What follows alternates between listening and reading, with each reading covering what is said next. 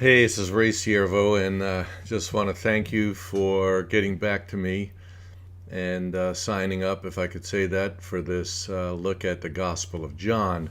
And I hope it's beneficial for everybody. I have to say that I really love the Gospel of John and have spent really a long time, last year and a half at least, looking at it in depth. I've been studying and reading the book, obviously, all my Christian life, but the last 10 years, moving down into the last year and a half, really have begun to dig into it. And some people wonder why I'm not doing something on apologetics. Haven't spent so much time studying that subject and really using apologetics and teaching the church how to be more apologetically minded. The Gospel of John is one of those books that I think just helps us know God better. And we just get to trust Him more. And, I say to people, and sometimes people get offended when I say, the Bible just didn't fall out of the sky. It was put together for certain reasons, and we'll see with the Gospel of John that John's very explicit about the purpose for writing his gospel. But we'll get into that and just see how we can really apply that and make that part of our lives and help us help other people. Let me lower a couple of things here. Try not to be too distracted. One of the things that I see, if you look over my shoulder, you could see that I have somewhat of a library. And admittedly, that is not all the library. There's some right over there to my right that takes up that whole wall, and that is the majority of the books that I use most of the time. I have another whole room that has books that I've used in the past, mostly commentaries, and then there's a place where the books go that I've used up. And people ask me, have you read all of them? Admittedly, no. I haven't read all of them. However, I have to say that I've used a good majority of them. Used them a lot, especially the books that surround me now while I was doing my study for my master's degree, and then later on when I did my doctorate. And I've become something of a book nerd because of it. And with that segue, I'll go right into this and talk about a couple of different books. This book is called The New Testament in Antiquity.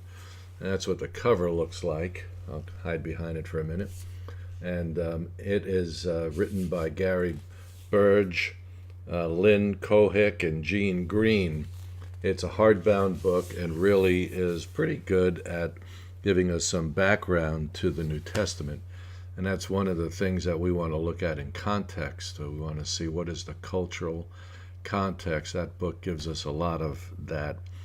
As far as the Gospel of John goes, I have probably a dozen books that are on the Gospel of John. Some of them are commentaries. Some of them just look at John's theology, which has become a real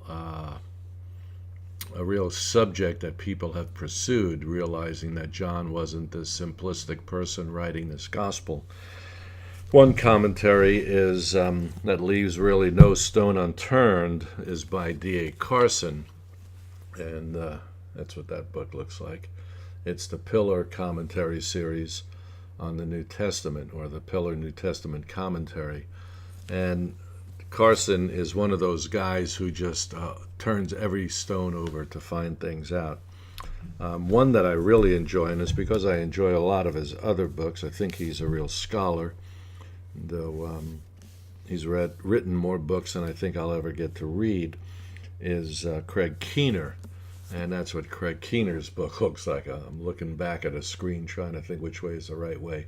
But Keener is one of those guys that definitely looks at everything, cultural, linguistic. He's a real scholar. And Craig Keener is, this is 2 volumes, basically. This is just volume 1. And then there's Andreas Kostenberger, who's written several books on John, and this one is really a lightweight called Encountering John by Andreas Kostenberger. and and the subtitle is The Gospel in Historical, Literary, and Theological Perspective. And he has another book that looks at all of John's theology and all of his writings, which is very interesting. But now, what I'd like to do is just start off with a brief understanding of the Gospel of John, a brief definition, if I could say that. I like to use Logos Bible software. It's one of my favorites. I'm a Mac user, so I also have a copy of Accordance, which is another one of those Bible programs. The Accordance was written especially for Macs, whereas, as you may know, Logos was written for, first off, it was written for PCs, and then just branched out into the other realms. Let me see if I can get back here. My computer's not doing what it's supposed to do, which is not a surprise, is it? But we want to look at John chapter 20 just in beginning and see. I'm going to read from the New American Standard, and verses 30 and 31, and we'll just get a window into John's writing. He said this: "Therefore many other signs Jesus also performed in the presence of the disciples, which are not written in this book. But these have been written so that you may believe that Jesus is the Christ, the Son of God, and that believing you may have life in his name." I pray continually that God will help us, those of you who are tuning in, will help us to understand what we study and understand the Scripture. I pray that you go far beyond even the words that I do, that I say, and the teaching that I present. But here, really, John is very explicit in telling us the purpose of his writing, and he tells us that the purpose is that he's telling us about these signs so that we would believe that Jesus is the Christ, the Son of God. And that is really the benchmark of this entire book. The signs that he talks about are just there. Now I'm going to take a short break and come back and give you a little bit of an outline of what's going on in the Gospel of John, and we can go on from there. Okay, we're back now. Those breaks there, that if you need to get up and do something, you can stop your computer and not miss anything. So we'll do that. Since I'm doing this with people that are regularly looking, I'll try to help out so you can stop and do some things while we're doing that. But when we're looking at the Gospel of John and reading those verses, that John put things together in a certain way. He said Jesus did many more signs. In other place, he said that if all the signs were written down, there wouldn't be enough room in the world for all of them. All the signs are written down in books. There wouldn't be enough room in the world for all the books that they'd contain. And but these are particular signs. And you'll notice right off the bat that John doesn't use the word miracles or wonders, but just signs. And he's always pointing to something, because that's what signs do. And it really helps us to understand what's going on. And if I were going to give you a brief overview of how John's Gospel is broken down, the verses that we read in chapter 20 would be what I would call the key verses of the Gospel of John. But that we would also look at the Gospel of John being broken down generally into two different books. And the first one is called the Book of Signs, and the second one is called the Book of Glory. And I'll show you, you can see here the schematic that I have. Aside from the first 18 verses, which are called the prologue, which are some of the most eloquent and sophisticated writings, the poetic effect of what's written there, what John wrote, is just tremendous. And we'll spend some time on the prologue there about Jesus being the Word and that through him everything was made. We'll look at the testimony of John the Baptist for him. But then we launch right into, there's a segue there about John the Baptist and the first disciples to follow Jesus.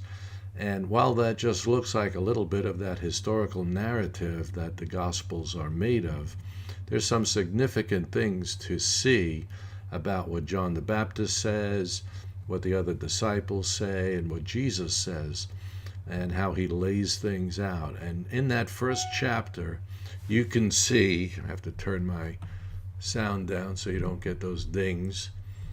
You can see the rest of the gospel really being laid out. John mentions almost, if I'm not mistaken, if maybe it is all of the titles that Jesus has. Most of them are mentioned in chapter 1.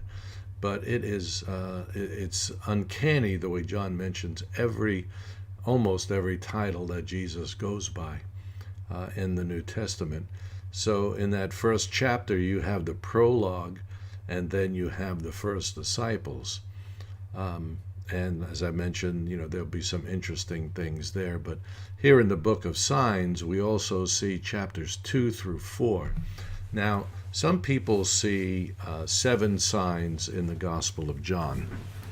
Some people see more, and it depends on how you count. But here's the interesting thing. John only numbers 2 of them. And they really are the first and second signs that he mentions. And they make up what's called an inclusio.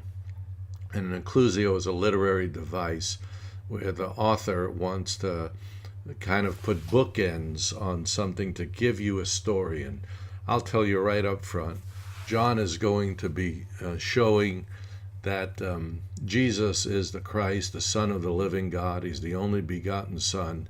And he's speaking to a group of people that most likely have been out in the Hellenistic world. Now, whether these are Jews who have been so Hellenized in their life as Christians, or whether he's writing to Christians who are Hellenized, he's certainly making the case for Jesus being the Christ, starting with the wedding feast at Cana, going through healing of a royal official's son. There's just a terrific piece there. And I think what John is doing is calling our attention to the evangelistic power of the gospel. And then we go into chapter 5, where he heals the man at the pool of Bethesda. And that's where the man was, if I'm not mistaken, that's where the man was laying there for 38 years. And we go all the way through healing the blind man at the pool of Siloam, or sending him down to the pool of Siloam. And there's a couple of feasts that go on in there. And then finally we come to the Good Shepherd section that ends with the healing, or the raising rather, of Lazarus. The Greeks want to see Jesus, and basically things get shut down at that point. And from there we launch into the second part, which is the book of glory. And now again, chapter 12 ends with Jesus' triumphant entry into Jerusalem. The Jews are out to kill him, and we begin to see some other things. So that'll give us a little bit of insight into how the book breaks down and how we find it to help us understand what's going on there. And we'll look more in depth at these things. We'll look at the prologue more in depth, his first disciples, what's going on there, what it means to be a disciple, a follower of Jesus. John lays that out for us in those first verses, and there's some of the first verses that, or the only verses that he really lays out for us something about the disciples, and they come from John the Baptist as well as those who followed Jesus early on. So for now, that's just a quick overview of the first part of what we'll look at. When we come back together, we might dig a little bit more into the culture and look also at the prologue and see what that means. Okay, we pray that we'll see that Jesus is the Christ, and that believing in him, we're going to find life and more life as we go on. Thanks for listening. I'll be with you tomorrow. Hey, this is no charge for this. This is free. John loves repetition, especially in words. And if you want a little bit of project to do, count the times that he uses the word Jews, the Jews in another way. And also count the time he talks about the world. See how many times he refers to these kinds of things. And look at particular things concerning people that he mentions. Notice how Philip is prominent in the Gospel of John and barely mentioned in the other Gospels. And then finally look at the word truth. See how many times John uses that word truth in his Gospel compared to Matthew, Mark, and Luke. I think you'll find that John uses the word truth more times than the other three Gospels combined. So he's making some emphases, and just pay attention to them because they're very important in the Gospel and in interpreting the Gospel to give you an understanding of what's going on in the Gospel. These are really just fun facts, but they pack a punch. They give us something to see. And you may have heard the sermons on the woman at the well, at the woman caught in adultery, and I hope to show you that these women, again, Mary and Martha, the other two women at the well, and the woman caught in adultery, and then the women at the tomb, just give us a different color for the Gospel of John. They just, like I mentioned in one of the interviews or one of the initiation things, that you'll see that there are layers to John's Gospel, that there's something right there on the surface, but then you get some layers. So pay attention to those things as we go through. Don't try to interpret them right off the bat, but just pay attention and make observations if you're keeping notes on what we're doing. Now, again, that was free, no charge for that, okay? So when the bill comes, you know that you don't have to pay that much attention to it. Okay, we'll talk to you again. Hopefully we'll see you tomorrow.